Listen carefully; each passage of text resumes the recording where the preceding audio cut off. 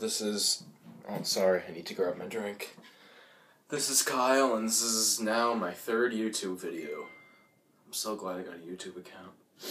Anyways, in this video, I'm not going to be making speeches, and I'm not going to be filming any more Star Wars stuff, but I am going to be reviewing the Star Wars movies.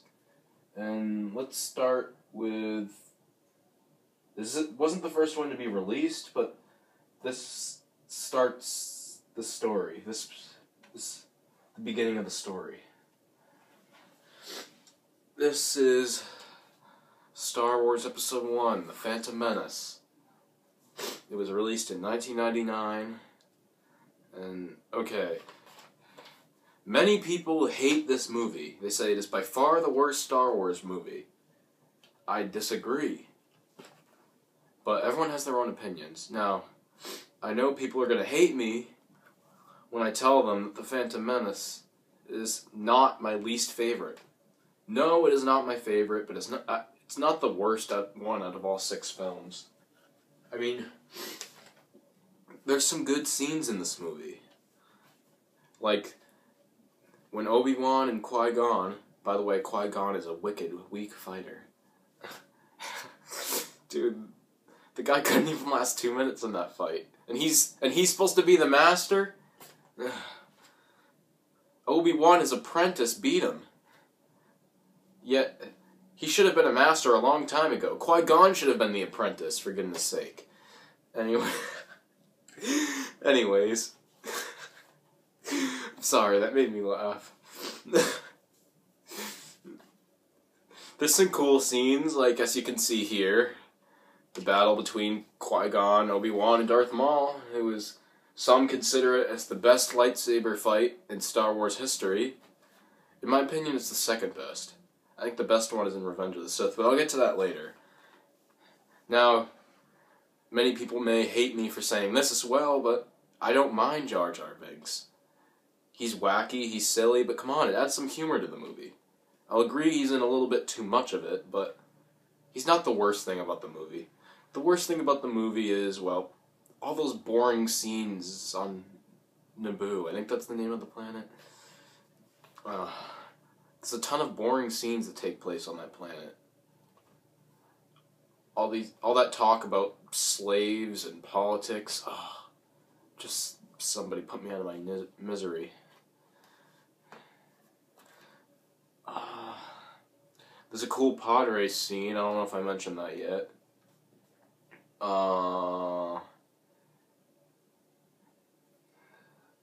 And yeah.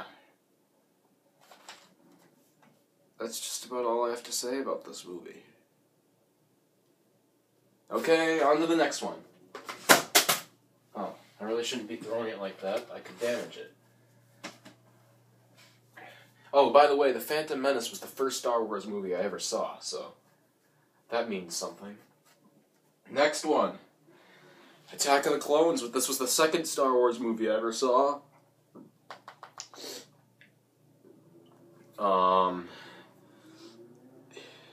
The beginning of the movie is really cool to see. There's a big explosion. They chase this person who's trying to... Obi-Wan and Anakin are chasing this person who's trying to kill Padme. And they find out that this guy named Jango Fett is responsible for it. And then after that, there's some weak parts. You know, all those boring scenes where Anakin and Padme fall in love. I bet a lot of people left the theaters at that part. But anyways, the end really makes up for it. There's this huge, gigantic battle between all the Jedis and battle droids, and there's this evil guy named Count Dooku that Anakin and Obi-Wan fail to defeat. And Yoda doesn't really defeat him either, but the fight between him and Count Dooku is awesome. One of the most epic fights, in my opinion. Although it didn't last very long. Yeah. Just about all I have to say about this movie.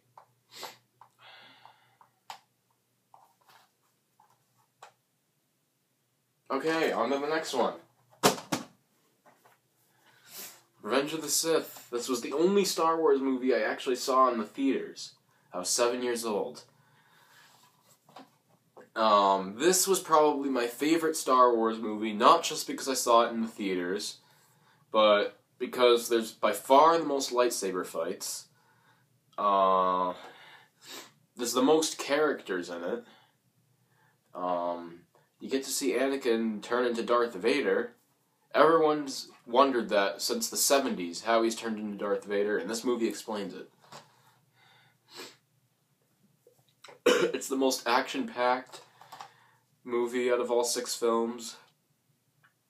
But it is, be warned, it is also the darkest. But still, I highly recommend you see this one. Definitely the best in my opinion. The most epic fights, best characters, and people who really hate Jar Jar, he only has one line in this movie. Unlike the other 2, where he never shuts up. Okay, now on to the ones that everyone seems to know and love. All those dorky people that are huge Star Wars fans and are highly against the prequels. I'm all done discussing the prequels. We can now talk about the beloved original ones that everyone thinks are so great, but really, they're no better than the prequels. Okay, starting with A New Hope. Now, everyone loves this movie. I don't know why.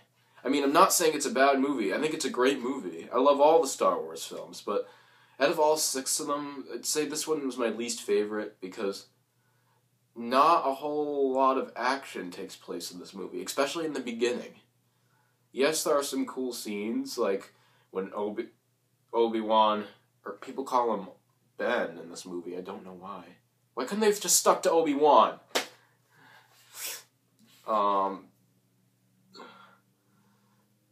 So, Ben or Obi-Wan, whichever one you prefer, fights Darth Vader, and then he purposely dies. So Luke will defeat him. Don't really see the purpose in that. Does it really matter who the chosen one is? Either way, the Sith is destroyed. Ben, you could have been a hero, but you chose to make things more complicated. And Darth Vader and the Emperor capture Leia, and, yeah. They eventually rescue her, the Death Star is destroyed, and that's just about all I have to say. Yeah. Okay. Now everyone considers this as the best Star Wars film of all time. Empire Strikes Back. Now, this one, in my opinion, was definitely better than A New Hope, but I still like Return of the Jedi better. Okay, but I'll discuss that later when we get to that movie. The Empire Strikes Back. The fight between Luke and Darth Vader was much more action-packed than the one between Obi-Wan and Darth Vader in A New Hope. That one was just like, he's dead. But this one, much more action involved. And I really love the planet, that planet full of snow, Planet Hoth in the beginning. That was cool to see. Some gorilla monster guy attacks Luke. That was entertaining. The only thing that gets kind of annoying in this movie is Leia and Han Solo constantly fighting with each other. Yeah. And what else do I have to say about this movie? Luke gets his arm cut off. That was a pretty epic moment. And let's not forget the famous line, "I am your father." Last but not least, Return of the Jedi. I don't know why I received this movie without a cover. It's weird. I got it on my 8th birthday, and it just came like this. Weird. Anyways,